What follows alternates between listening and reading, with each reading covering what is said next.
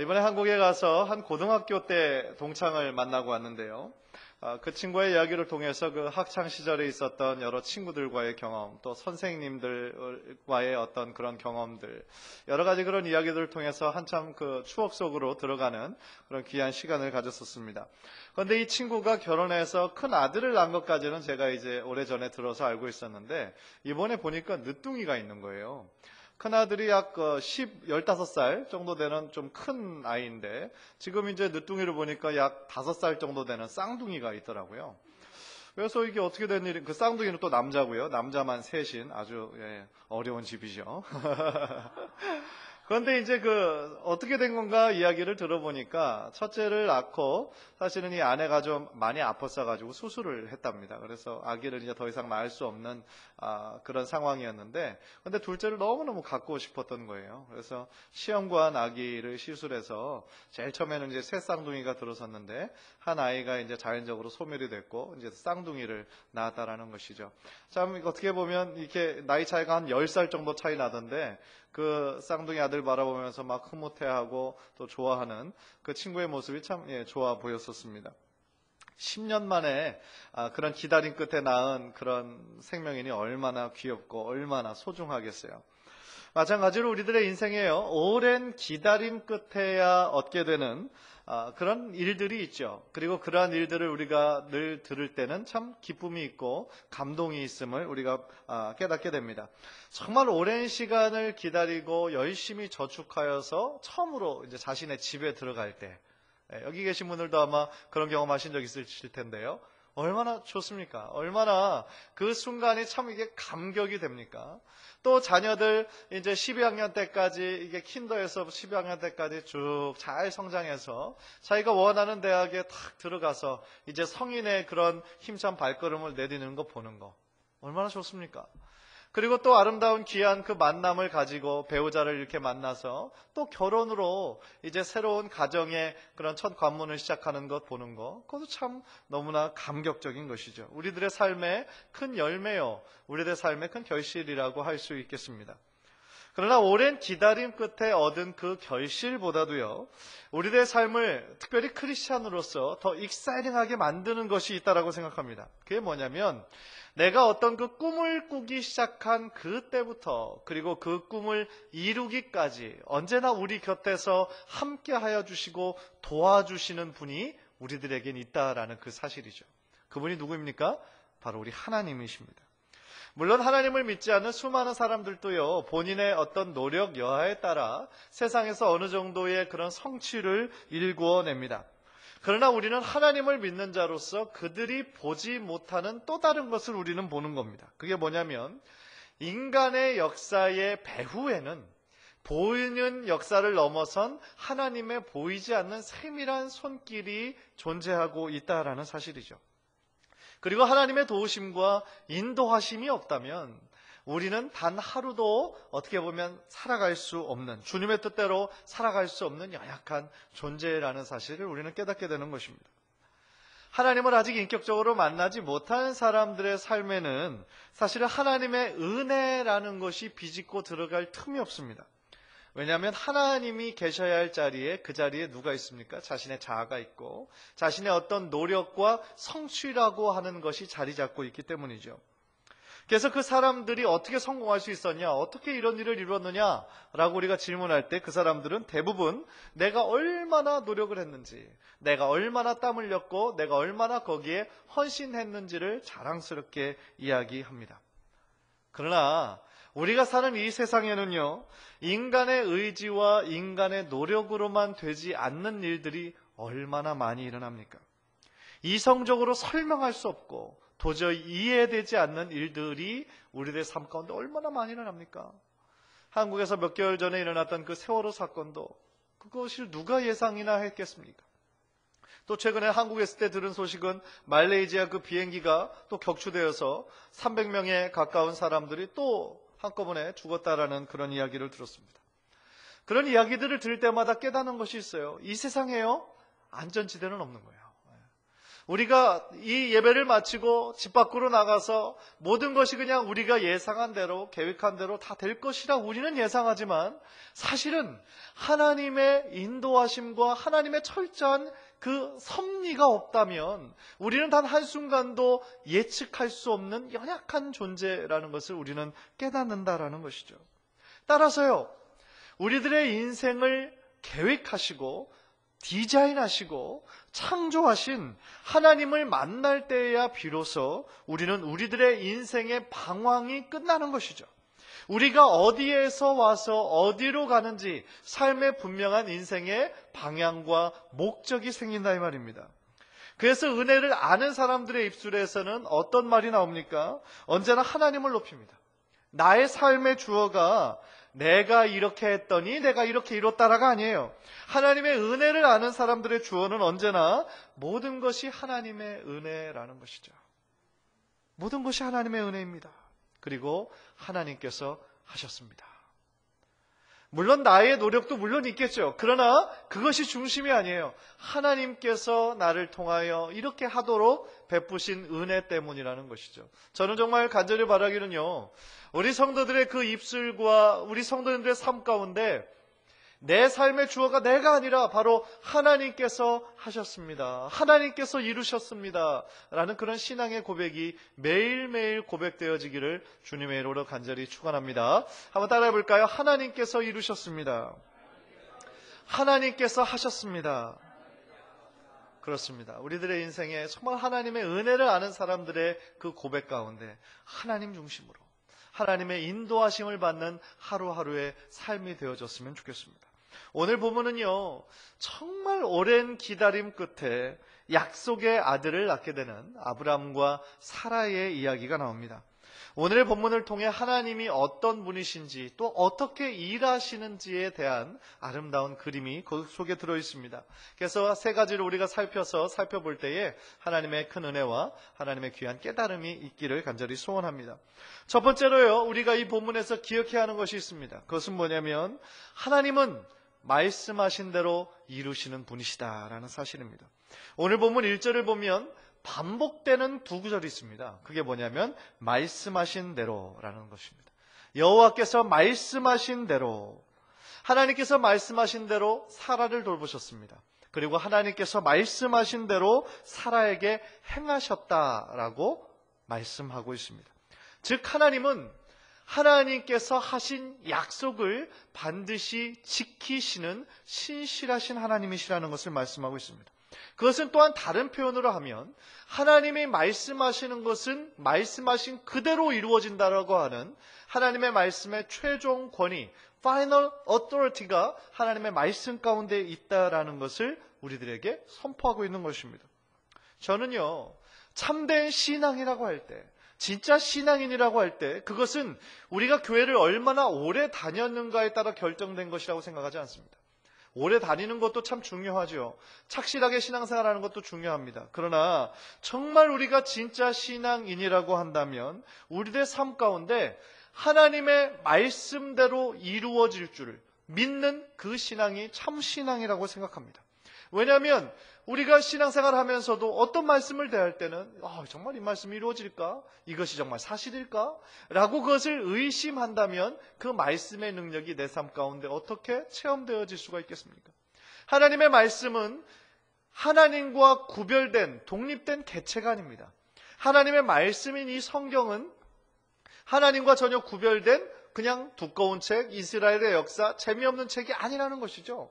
요한복음 1장 1절에 나온 말씀처럼 태초에 말씀이 계시니라, 이 말씀이 하나님과 함께 계셨으니 이 말씀이 곧 하나님이시냐라고 말씀하십니다. 즉 우리의 신앙생활 가운데서 하나님의 말씀인 이 성경을 우리가 어떻게 대하느냐에 따라 이 말씀에 대한 태도가 결국 우리들의 신앙의 삶을 결정한다라는 것입니다.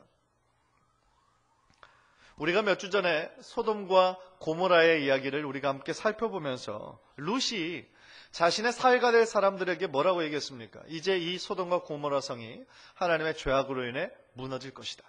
이 성, 도성 전체가 멸망할 것이니까 너희는 이제 우리와 함께 떠나자라고 그랬죠. 그랬더니 룻의 사회가 그 룻의 이야기를 뭐처럼 여겼다고 그랬죠? 농담처럼 여겼다고 그랬어요. 하나님의 말씀인데, 하나님의 뜻인데, 이제 곧 멸망할 것인데 그 룻의 사위들은 그것을 농담처럼 여겼더라 라고 나와요. 그래서 그들의 삶은 어떻게 됐습니까? 소돔과 고모라가 불과 유황으로 그 모든 도시가 폐허가 될 때에 그 룻의 사위 될 사람 두 사람도 함께 멸망해 버렸죠. 하나님의 말씀을 말씀으로 받아들인 것이 아니라 농담처럼 여겼기 때문이에요. 노아 시대에 수많은 사람들이 있었습니다. 그 죄악이 얼마나 관영한지 하나님께서 인간 지음을 한탄하셨고 후회하셨습니다. 그래서 노아를 통해서 그 방주를 져서 이제 이 세상을 물로 홍수로 멸망시킬 것을 말씀하셨죠. 그런데 그 노아와 그의 가족 8명 빼고는 모두가 그 노아를 어떻게 했죠? 비웃었어요. 야, 이렇게 날씨가 좋은데 무슨 배야? 무슨 비야? 왜 그리고 무슨 배를 이렇게 산꼭대기에서 져? 비웃고 조롱했어요. 미친 사람 취급했어요. 하나님의 말씀을 하나님의 말씀으로 믿은 것이 아니라 농담으로 여긴 것이죠. 우리가 무엇을 배웁니까? 우리가요, 하나님의 말씀을 말씀 그대로 정말 파이널 어토리티로 받아들여야지 그 말씀을 우리가 어떤 농담으로 가벼운 말로 우습게 생각해서는 절대로 안 된다라는 것이죠. 만약에 우리가 그렇게 생각한다면 그 말씀을 주신 그 주체 하나님을 우습게 생각한다는 것이죠. 그렇기 때문에 그것의 결과는 뭡니까? 파멸이요 멸망인 것입니다. 그런데 참 안타까운 사실은 뭐냐면요, 우리가 살아가는 이 세상에 점점 더 하나님의 말씀을 가볍게 농담처럼 생각하는 사람들이 점점 더 많아지고 있다는 것이죠. 교회가 조롱당합니다.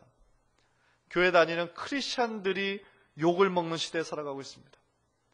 수많은 기독교에 대한 안티가 존재하고 있고요, 기독교가 아니라 이제 개독교라고 부르는 참담한 시대에 우리가 살아가고 있습니다.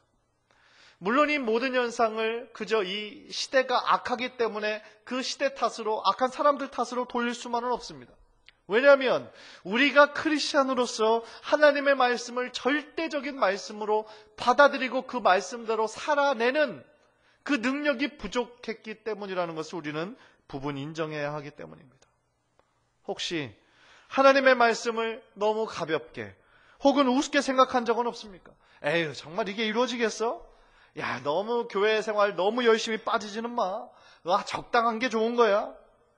혹시 우리가 하나님의 말씀에 최종적인 권위를 두기보다는 우리들의 지식에, 혹시 우리들의 어떤 경험에, 혹시 다른 사람들의 이야기에 최종적인 권위를 두고 살아간 적은 없느냐는 것이죠.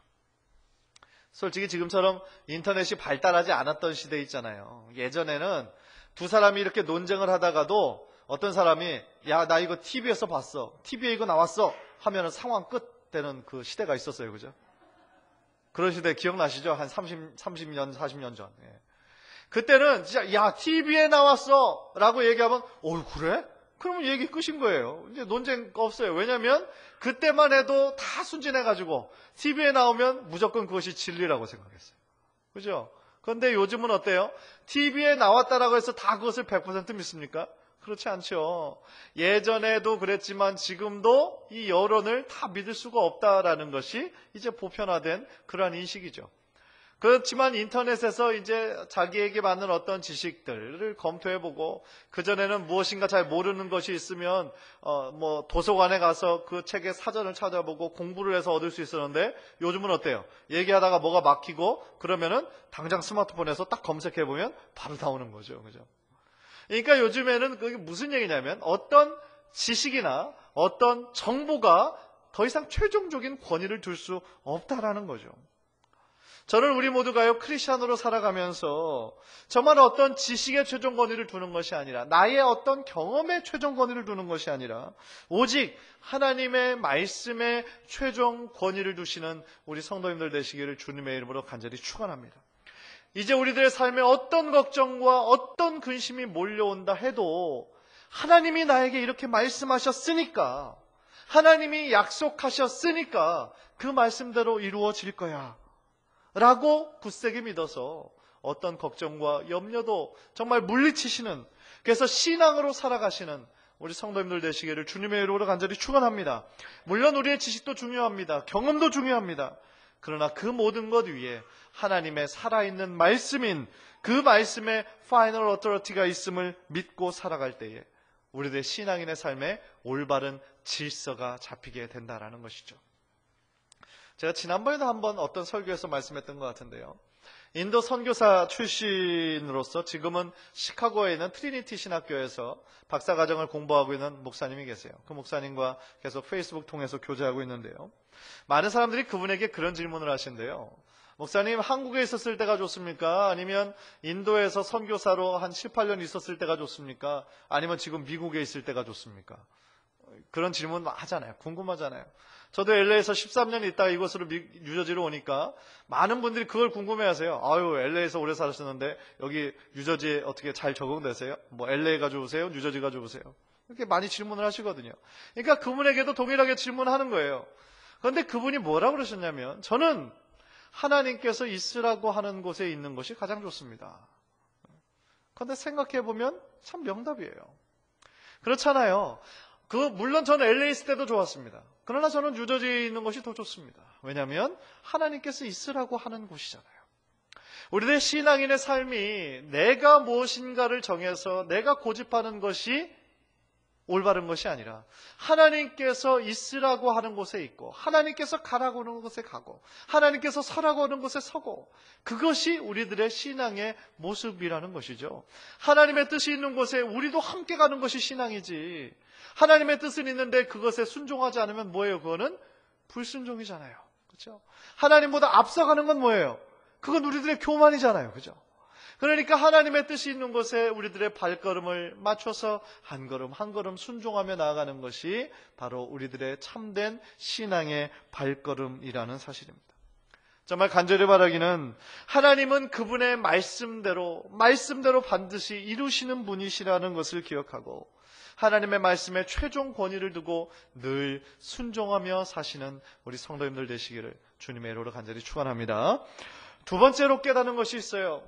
하나님의 정하신 때가 있다라는 것이죠. 모든 것에는 하나님의 정하신 때가 있어요. 하나님은 하나님의 말씀대로 이루시는 분이십니다. 그러나 나의 시간이 아니에요. 하나님의 시간에 이루세요.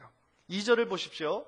사라가 임신하고 하나님이 말씀하신 시기가 되어 노년의 아브라함에게 아들을 낳으니. 분명히 100세가 된 아브라함, 그리고 90세가 된 사라가 임신하고 아들을 낳았다는 것은 놀라운 기적 중의 기적이었습니다. 너무나 감사한 일이죠. 그러나 그 약속의 아들을 선물로 받기까지는 사실 참 오랜 시간이 걸렸어요. 하나님께서 아브라함에게 본토 친척 아비집을 떠나 내가 내게 지시할 땅으로 가라고 명령하신 그때가 아브라함이 몇 살이었죠? 75세였습니다. 그래서 복의 근원이 될 것이고 민족의 조상이 되게 하실 것이다 라고 그 약속을 주셨을 때가 75세였는데 실제적으로 이 약속의 아들 이삭을 받은 나이가 몇 살입니까? 100살입니다. 그러면 100에서 75 빼면 몇 년입니까? 25년입니다.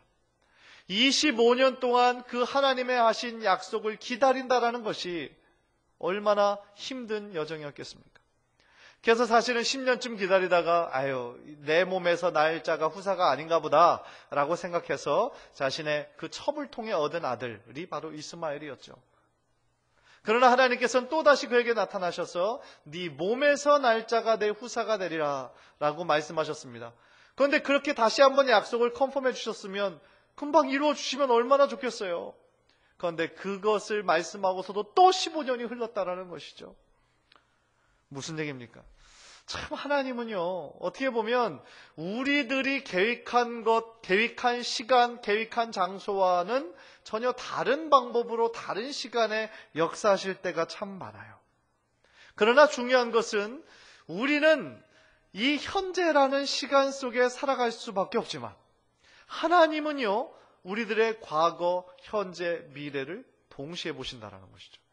어떻게 보면 우리들의 생각을 뛰어넘는 거예요. 이 현재라는 그 시간과 장소 가운데 우리는 제한되어 있지만 하나님은 이 시간과 장소를 뛰어넘는 초월자라는 것이죠. 그러니까 우리들의 인생을 한꺼번에 미래까지 딱 쳐다보고 계시니까 우리는 지금 이게 가장 급한 것이고 가장 이 지금이 이루어져야 할 때라고 우리는 생각하기 쉽지만 하나님께서는 not yet, 지금은 아니야, 조금 더 기다려 라고 말씀하신다라는 것이죠. 따라서 우리가요, 늘 믿음으로 겸허하게 고백해야 하는 것이 있어요. 이사야가 고백했던 것처럼 나의 생각은 하나님의 생각은 나의 생각과 다르고, 하나님께서는 내가 보지 못하는 인생의 깊은 곳까지 보시는 그 하나님, 나의 모든 인생을 세밀하게 보시는 하나님, 나의 머리털까지도 세심받으신 하나님, 그리고 무엇보다도 나의 인생의 가장 좋은 것을 베풀기를 즐겨 하시는 하나님. 이 시라는 사실을 우리가 늘 믿음으로 고백할 때에 우리가 하나님의 시간에 반드시 이루어질 것이라는 것을 소망 가운데 인내할 수 있게 되는 귀한 신앙의 역사가 있게 될 줄 믿습니다. 때때로 하나님의 약속은 더디게 왜 이렇게 안 이루어지나라고 생각할 때가 있습니다. 그러나 우리가 기억해야 되는 말씀이 있죠. 베드로후서 3장 8절 9절입니다. 우리 성경 구절 좀 길지만 우리 다 함께 한번 읽겠습니다. 시작. 사랑하는 자들아, 주께는 하루가 1000년 같고 1000년의 하루 같다는 이 한 가지를 잊지 말라. 주의 약속은 어떤 이들의 더디다고 생각하는 것 같이 더딘 것이 아니라 오직 주께서는 너희를 대하여 오래 참으사 아무도 멸망하지 아니하고 다 회개하게 이르기를 원하시느니라. 아멘. 그러므로 우리는 하나님의 시간 계산법, 그리고 나의 시간 계산법, 나는 현재에 살고 있지만 하나님은 나의 과거, 현재, 미래를 동시에 보시는 초월적인 하나님이시라는 것을 우리가 늘 믿음 가운데 고백하며 나아갈 때에, 비록 그 기다림의 시간이 쉽지 않고 힘든 시간이지만 그 기다림의 시간마저도 결국 뒤돌아보면 하나님의 축복의 시간이었음을 깨닫게 되는 귀한 은혜가 여러분의 삶 가운데 있게 될 줄 믿습니다. 그 기다림의 시간을 통하여 우리들의 마음에 어떤 불순물이 빠지는 시간이고, 죄가 빠지는 시간이고, 나의 교만이 빠지는 시간이고, 하나님께 온전히 집중하는 귀한 시간으로 변화되게 될 줄 믿습니다. 그래서 로마서 5장 3절 4절 보면 우리가 환난 중에도 즐거워하나니 이는 환난은 인내를, 인내는 연단을, 연단은 소망을 이루는 줄 알미로다 라고 고백하고 있습니다. 즉 우리들의 삶에 때로 어려움과 고난이 닥친다 할지라도 그것이 인내를 낳고, 인내는 연단을 낳고, 연단은 참 소망을 이루게 된다라는 것이죠. 혹시 우리 성도님들 그 전에 참 계속하며 기도했는데 그것이 어느 순간에 이루어지지 않는 것 같아서, 혹시 하나님이 이 기도는 원하지 않는 것 같아서 우리가 그 기도를 스탑한 것이 혹시 있습니까? 포기하신 분이 있습니까?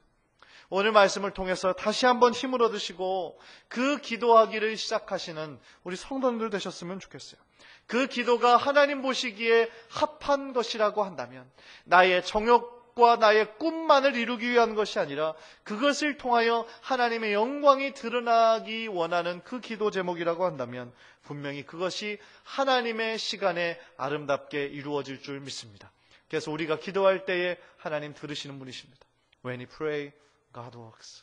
우리가 일할 때 하나님 비로소 일하기 시작하신다라는 이 사실을 여러분들 마음 가운데 꼭 믿으시고 기도로서 하나님의 역사에 동참하시고 그 기다림의 시간마저도 축복의 시간으로 변하는 놀라운 역사가 여러분의 삶 가운데 일어나게 되시기를 주님의 이름으로 간절히 축원합니다.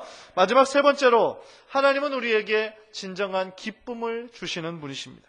오늘 본문 6절을 보면 사라가 이르되 하나님이 나로 웃게 하시니 듣는 자가 다 나와 함께 웃으리로다 라고 말씀합니다. 그런데 사라가 웃었다라는 표현을 보면서 우리에게 전전전의 장에 보면 창세기 18장에 사라가 그때도 한번 웃었던 적이 있어요. 그게 언제냐면 하나님의 천사들이 그를 방문해서 그 아브라함에게 약속하시는 그 장면이죠. 네 몸에서 이제 후사가 날 것이다 라고 이야기를 들었을 때 사라가 웃었어요. 그런데 그 웃음은 뭐예요? 기쁨의 웃음이 아니었어요. 불신의 웃음이었어요. 아이고, 내 남편이 저렇게 지금 할아버지고 나도 지금 이미 경수가 끊긴 지 지금 몇십 년이 지났는데 무슨 악이야? 라고 비웃은 거죠. 그래서 천사가 네가 그 하나님의 말씀에 웃었다라고 그러니까 막 오리발을 했죠. 아니, 안 웃었다. 그런데 웃었다 라고 천사가 얘기한 그 장면을 아마 기억하실 겁니다. 사실 웃음엔 두 종류가 있죠. 정말 진짜로 기뻐서 웃겨서 웃는 웃음이 있고, 또 다른 것은 기가 막혀서 웃는 비웃음이 있죠. 그죠? 겉으로 웃는다고 다 같은 웃음이 아니죠. 사라의 그런데 그 두 번의 웃음 가운데 얼마나 이 웃음의 성격이 변했는지 우리는 깨달을 수 있죠. 두 번째 오늘 본문에 나온 웃음은, 그 웃음은 정말 그 전에는 불신의 웃음이었지만 이제 하나님께서 완전히 죽은 것 같았던 나의 몸, 죽은 것 같았던 나의 남편을 통하여 이렇게 새로운 생명을 허락하셨다라는 것에 대한 하나님의 놀라운 기적을 찬양하고 함께 기뻐하는 놀라운 그 믿음의 웃음이 된 것이죠. 여기서 깨닫는 것이 있어요. 하나님은요, 우리들의 의심과 우리들의 불확신을, 우리들의 어떻게 보면 믿지 못하는 그러한 비웃음을 진정한 기쁨으로, 진정한 확신으로 바꿔주시는 분이라는 거죠. 세상이 줄 수 없는 진정한 기쁨을 주시는 분이 바로 우리 하나님이시라는 사실입니다. 그런데 이 진정한 기쁨은 오직 하나님과의 인격적인 만남을 체험한 사람만 그 진정한 기쁨을 맛볼 수가 있다는 것이죠. 왜냐하면 하나님을 진정으로 만나야 영적인 또 다른 차원으로 우리가 들어가기 때문에 그렇습니다. 우리가 많이 아는 말 중에 우리들의 인생의 태도를 바꾸면 우리들의 인생이 바뀐다라는 말이 있습니다. 결국 가장 중요한 것은 우리가 어떤 일들을 바라볼 때 어떻게 해석할까, 어떻게 해석하느냐가 가장 중요하다라는 것이죠. 똑같은 사실을 봐도, 똑같은 힘든 일, 똑같은 좋은 일을 봐도 믿음의 태도와 불신앙의 태도는 너무나 확연하게 다르다라는 것입니다. 하나님께서 어떤 상황을 통해서 우리들에게 원하시는 말을 신앙인들은 그것을 믿음으로 받아들입니다. 그래서 그것을 통하여 결국엔 하나님께서 이 슬픔마저도, 이 절망마저도 기쁨으로 변화시킬 것이다라는 그 믿음과 확신을 가진 것이 바로 우리들의 신앙인이라는 것이죠.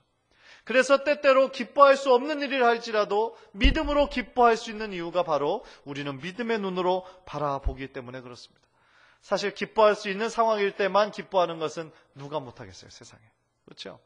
기뻐할 수 있는 일들, 남편이 승진하고 좋은 집 사고 자녀들이 좋은 사람 만나 결혼하고 정말 좋은 일이 있을 때 기뻐하는 것은 누구나 할 수 있다는 것이죠. 그러나 크리스찬들은 때때로 우리가 기뻐할 수 없는 상황이라 할지라도 하나님으로 인해서 기뻐할 수 있는 사람이 바로 크리스찬이라는 것입니다. 어떤 눈에 보이는 현세적인 축복으로 인해서, 어떤 조건으로 인해서만 우리가 기뻐하는 것이 아니라 우리에게 하나님이 계시다라는 그 사실 자체만으로 기뻐하는 것이 바로 참된 신앙인의 자세라는 것이죠. 그전에도 한번 말씀드린 적이 있지만 존 파이퍼 목사님께서 그런 말씀을 한 적이 있습니다. 하나님께서 가장 영광을 받으시는 때는 어떤 때냐?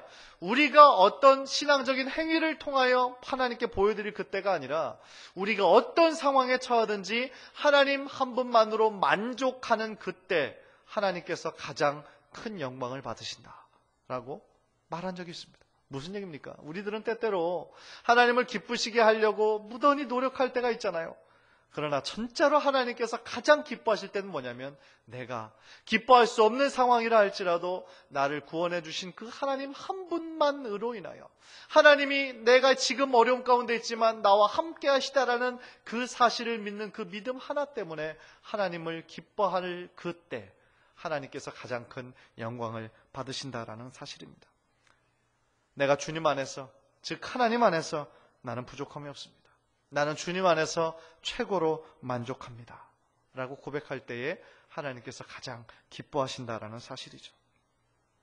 느헤미야 8장 2절 우리 한번 화면을 보면서 다 함께 한번 읽을까요? 시작. 여호와를 기뻐하는 것이 너희의 힘이니라. 다른 것이 우리들의 인생의 힘이 아닙니다. 돈이, 권력이, 명예가 우리들의 인생의 힘이 아닙니다. 하나님을 기뻐하는 것이 우리들의 힘입니다. 하나님을 어떤 상황 가운데서도 기뻐하는 것이 우리의 힘입니다.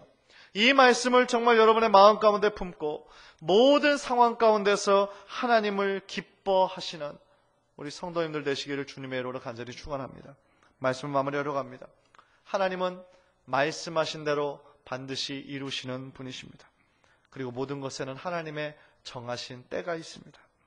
또한 하나님께서 그 모든 것들을 통해 우리들 모두에게 진정한 기쁨을 주시는 분이시라는 사실을 늘 기억하고 오늘 하루도, 아니 우리들의 인생 전체가 하나님을 즐거워하며 하나님 안에서 참된 만족을 누리는 복된 성도님들 모두 되시기를 주님의 이름으로 간절히 축원합니다. 기도하겠습니다.